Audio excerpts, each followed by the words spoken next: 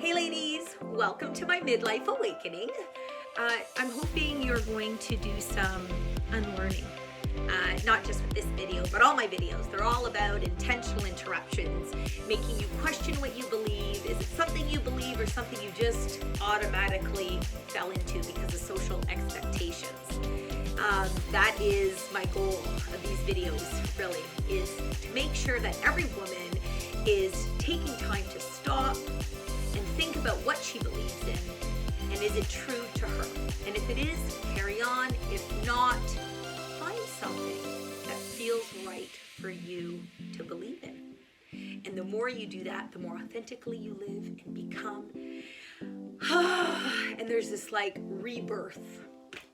Anyway, today I'm talking about how women became inferior. I noticed that all growing up, like probably many of you, but I never questioned it. Like even in my 20s, it was a total trigger. Never took the time to ask why or how that became the reality that I was living until my 40s, until my midlife awakening, when I decided to take the time to do a bit of research and some history. And so I'm just going to share a little bit of that, mostly to provoke thought, but also curiosity. I'm hoping after this video, you're going to be like, oh man, I need to know more. And you're going to go and do some digging yourself.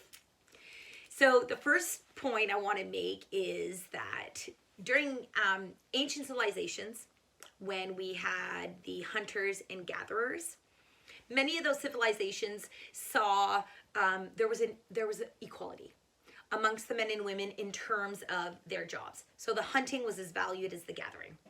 Women stayed to gather, not because they were physically weak, but they were bearing children, and it only made sense to stay at the homestead. Now keep in mind that they were living nomadic lives.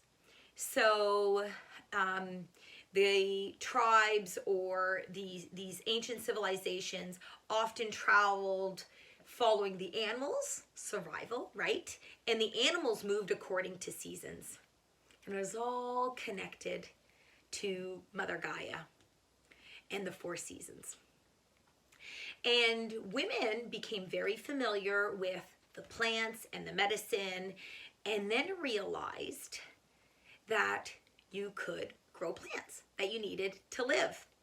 And so when that happened, there was this shift, and the nomadic lifestyle that many civilizations were living came to a halt. And they settled because now they were able to grow what they needed. And then what happens shortly after is there's these enclosures where the animals that they need are kept. And after that, ownership of land. And what do you think happened when now there was this ownership piece? Mine. Weapons and war. And who do you think went and fought? Men did. And who do you think was worshipped and glorified for saving and protecting the community? Men. And in that moment, there's a shift. Men are now seen as heroes, great protectors, and women's work in the home, tending to the food and the children, never acknowledged. Huh. Does that sound familiar? I'm talking ancient civilization is when that began, and it carries to be true today. That is how long and deep this is rooted. I was like, what the? It blew my mind. I was like, oh my gosh, that long, forever and a day? Really? It started when? And that's just one version of history. The further you go, you will find, who do you think's worshipped? Goddesses. Yeah, lost. But that's for another time. So now there's this discrepancy. I'm going back to what I was talking about, men and women. And because the men were now being regarded as more important, that also meant the sons were deemed more important and cared for very tentatively. And the daughters, not so much. And so that's how the cycle continues. Because now the generations coming up see and witness what is happening.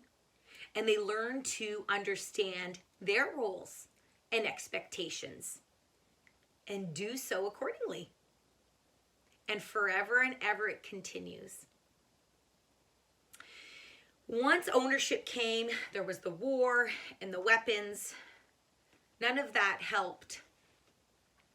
And in fact, because the women were always home, if you will, when another group came, I hate to use the word enemy, but when another group came to attack, to fight for what they wanted, the land that you were on, or women were there.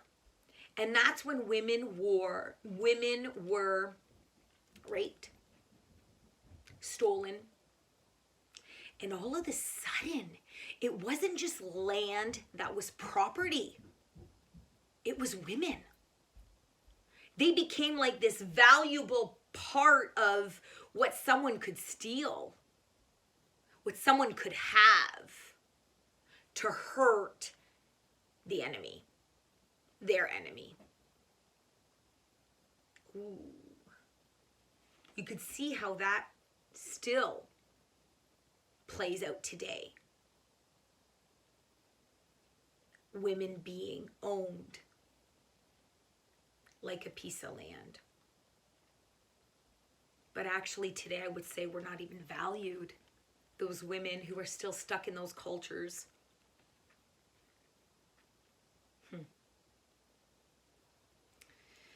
The next thing I want to talk about that affects where we are today and what has happened in history is the witch hunt.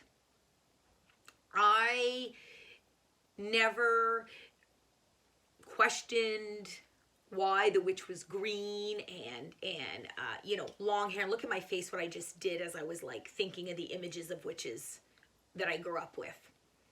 I never questioned it. I actually thought witches were made up. I really didn't know. Part of Halloween. That's what it was for me.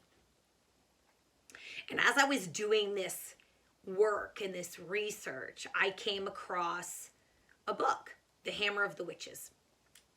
And it was written the end of the 14th century by a clergyman in Germany. And it was the first time that witches, these women, were paired with the devil or seen as worshiping the devil, and that's why they had access to magic and why they were able to do what they were able to do. And what do you think that did? It scared people.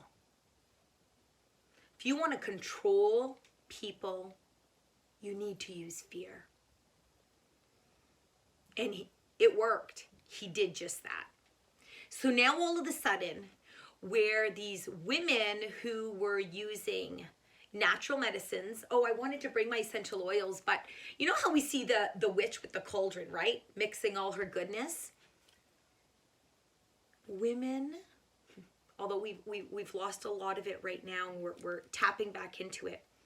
But in the 14th century, women were still very much connected to their intuitive gifts, their connection with Mother Earth.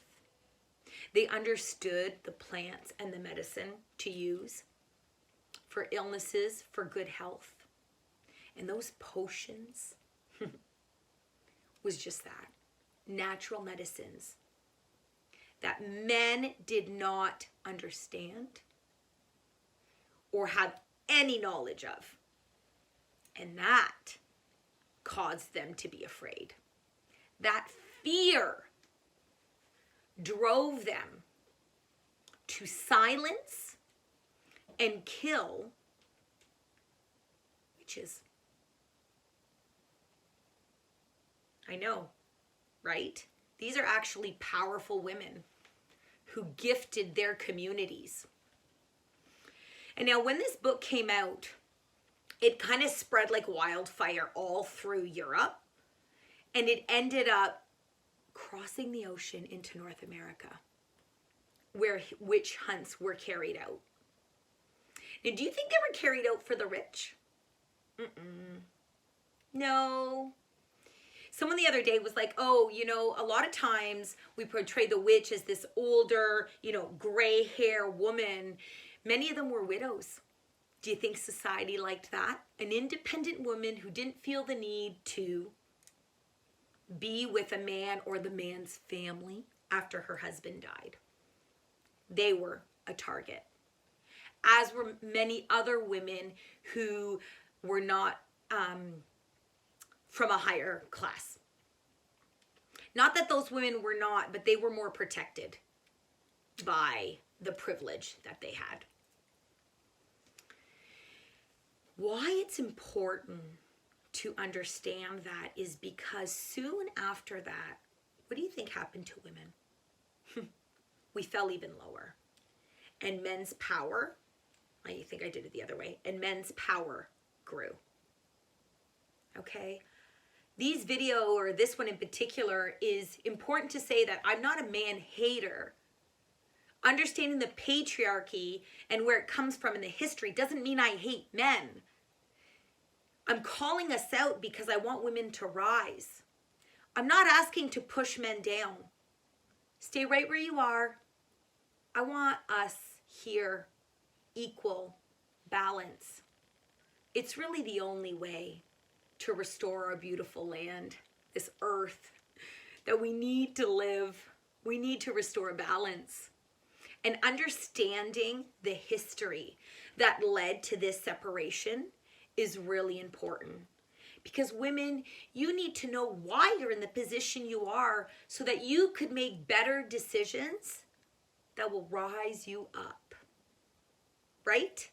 Because if you understand and you intentionally stop to think about what you are believing and why you believe it, and you choose something else, your daughters, your nieces, they're all watching.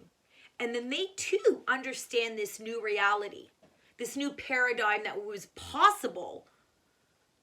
And they will thrive with that belief. And all of a sudden, the rise of the feminine.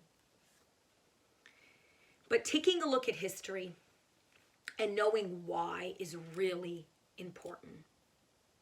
Because it allows you to reflect on what you believe. And what you believe is an idea. It's just an idea, ladies. It's an idea that somebody decided was true. Doesn't even have to be true. You just have to believe it. And if enough people believe it, it becomes the reality. Until we take a moment to unlearn.